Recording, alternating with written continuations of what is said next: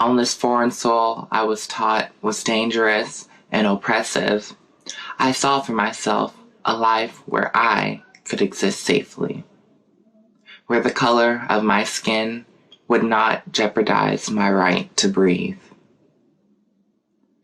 Besides, there's prejudice and ignorance everywhere, right?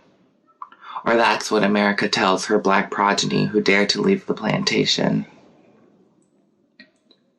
Are moral compromises not part of living in this land, America? Trading the pain of unknowns, yet brethren nonetheless, for a slice of happiness, freedom? Is this not the dream you speak of? Our father's founding declared that I have an unalienable right to life, liberty, and the pursuit of happiness, in this land that was not their own, mine own. So should I not explore, sail the ocean blue in 2032? Or was that not meant for me? This land was made for you and me.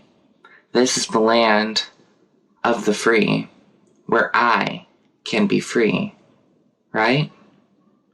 This is my home. This is where I am safe, where I can breathe, right?